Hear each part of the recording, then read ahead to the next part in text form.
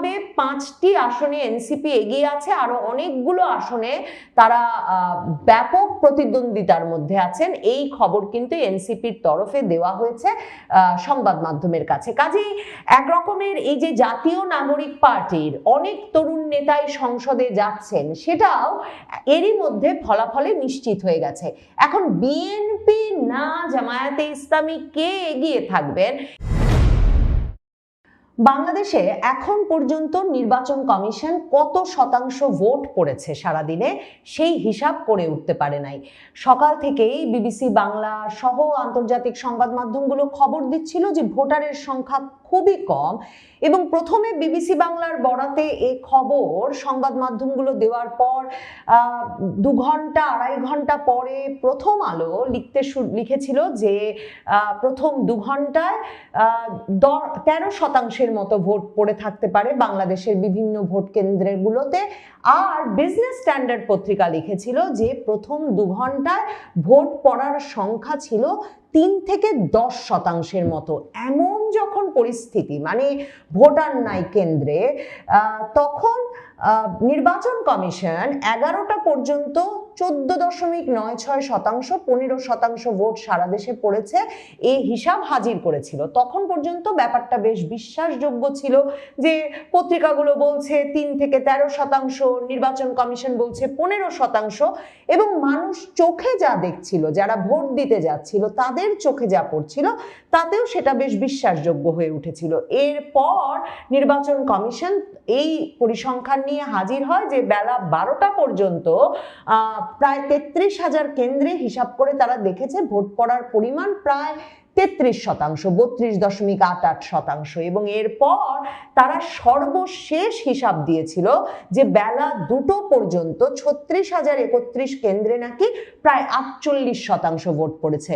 তখন যারা অঙ্কে ভালো তারা হিসাব করে বের করতে শুরু করে যে নির্বাচন কমিশন দাবি করছে যে প্রতি ঘন্টায় 2.5 কোটি বা তার চেয়ে বেশি ভোট পড়া শুরু হয়েছে, যেটা ভোট দিতে যত সময় লাগছে, মানে গোলাপি ব্যালটে গণভোট, সংসদ নির্বাচনের ভোট সাদা ব্যালটে, সব দিয়ে বুঝে ভোট দিয়ে আসতে এক একজন মানে ভোটারের যত সময় লাগছে, তাতে বাংলাদেশের 42,000-এর বেশি যে ভোট কেন্দ্র, তাতে এক রকমের অসম্ভব এই পরিমাণ ভোট এই অল্প সময়ে পড়া।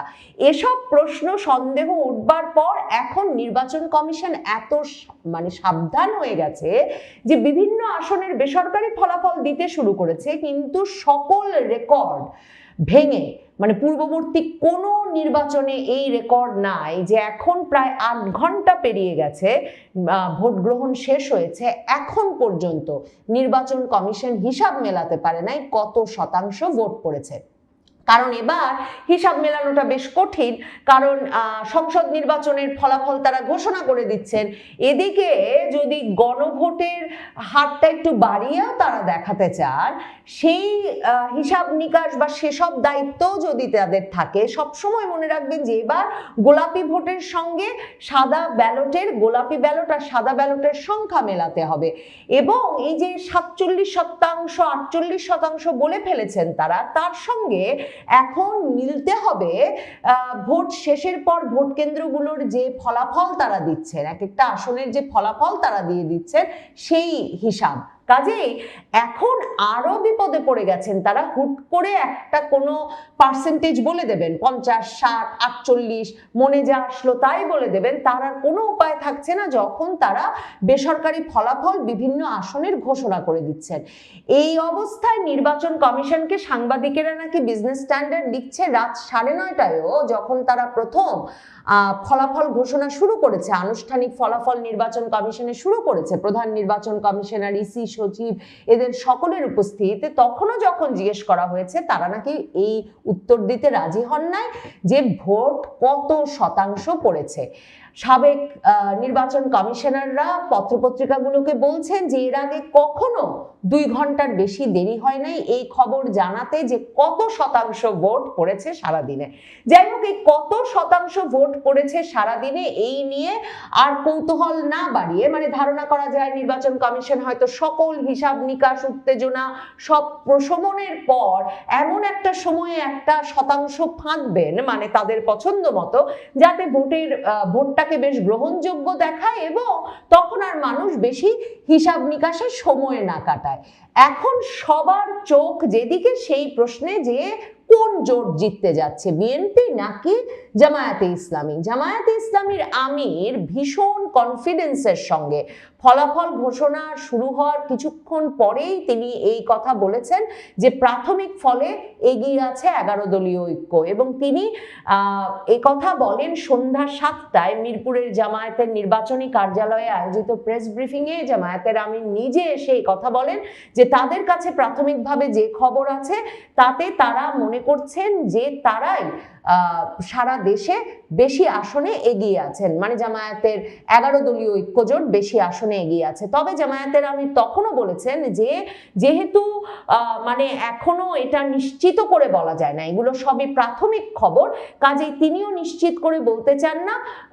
কিন্তু ওই প্রেস কনফারেন্স থেকেই তিনি বিজয়ী হলে কি কি করবেন সে কথা যেমন বলেছেন, জামায়াতের আমির কিন্তু বিকাল 5টাতেই ফেসবুক পেজে পোস্ট দিয়ে তার জোট বিজয়ী হলে যাতে কোনো স্লোগান না, মিছিল না, বরং সকলে সিজদায় পড়ে এবং সৃষ্টিকর্তার কাছে কৃতজ্ঞতা আদায় করে, শুকরানা আদায় করে, সেই কথা তিনি ফেসবুক পোস্টে লিখে দিয়েছেন।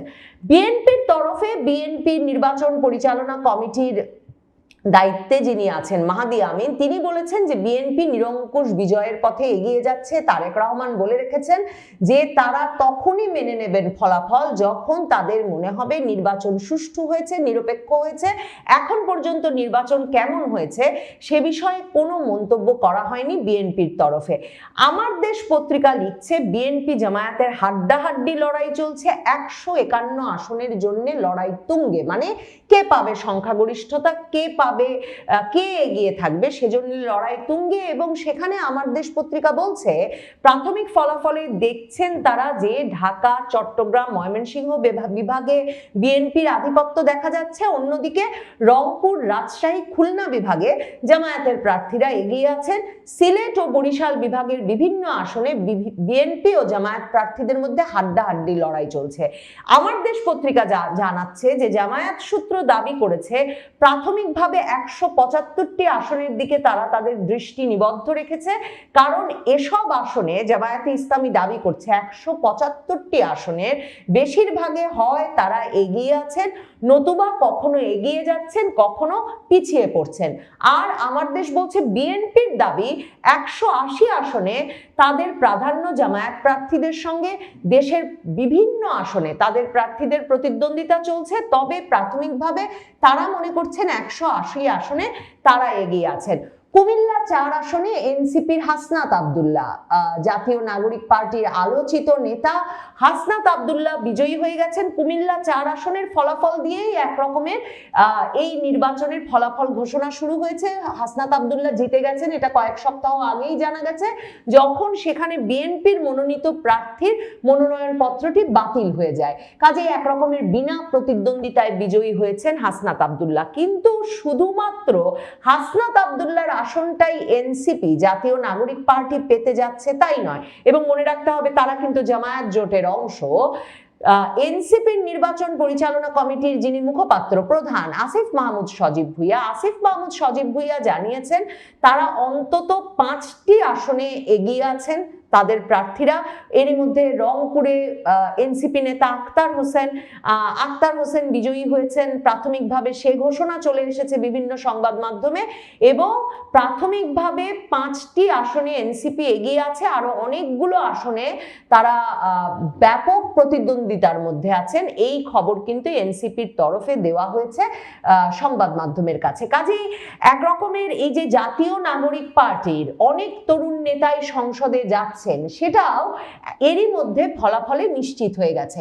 এখন বিএনপি না জামায়াতে ইসলামী কে এগিয়ে থাকবেন এ বিষয়ে কোনো মানে প্রেডিকশনে যাওয়ার সাহস আমি দেখছি যে প্রথম আলো কিংবা বিজনেস স্ট্যান্ডার্ড কিংবা বিডি নিউজ 24 কিংবা বাংলা ট্রিবিউন অন্য পত্রপত্রিকাগুলো করছে না, মানে বাংলাদেশের শীর্ষস্থানীয় বেশিরভাগ পত্রিকায় করছে না, বিবিসি বাংলাতেও সেরকম কোনো খবর দেখছি না। কিন্তু আমার দেশ সর্বশেষ যে খবর দিচ্ছে সেখানে কিন্তু তারা হাড্ডাহাড্ডি লড়াইয়ের খবর থেকে সরে এসে লিখতে শুরু করেছে এই 2 ঘন্টা আগে দেওয়া খবরে যে ভোট উৎসবে এগিয়ে গেল বিএনপি। এই খবরটি আমি এমনকি মানে বিএনপি পন্থী পত্রিকা ইনকিলাবে কিংবা এরকম কোনো পত্রিকায় দেখছি না, কিন্তু আমার দেশ পত্রিকা যাদেরকে পুরো ক্যাম্পেইনের সময়টায় স্পষ্টভাবেই জামায়াত ঘনিষ্ঠ, জামায়াতের 11 দলীয় জোটের প্রতি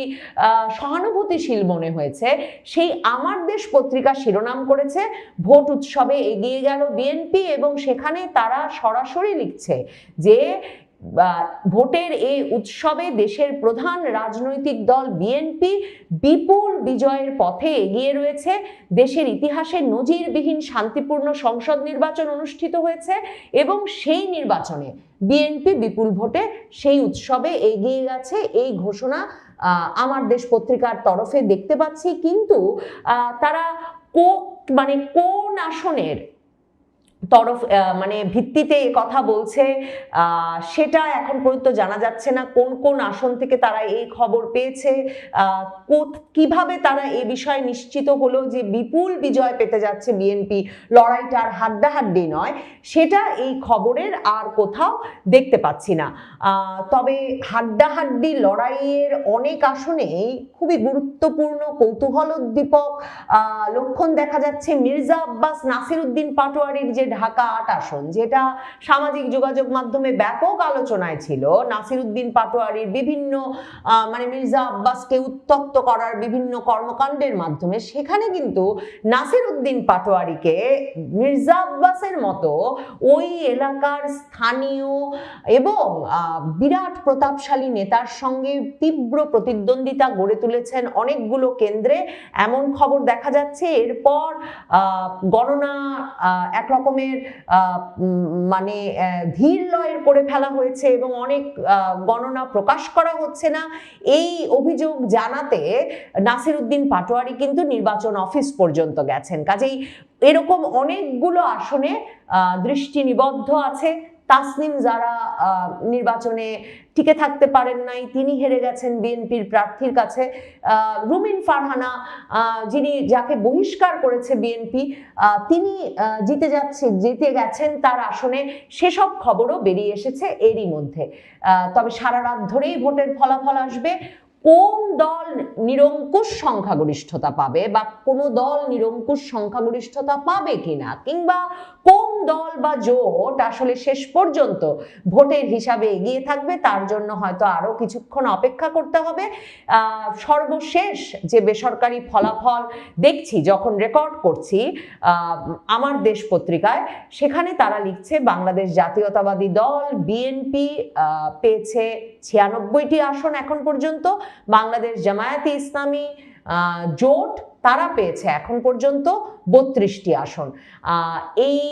এর সঙ্গে প্রথম আলো কি লিখছে সেই হিসাবটাও বলে দেই।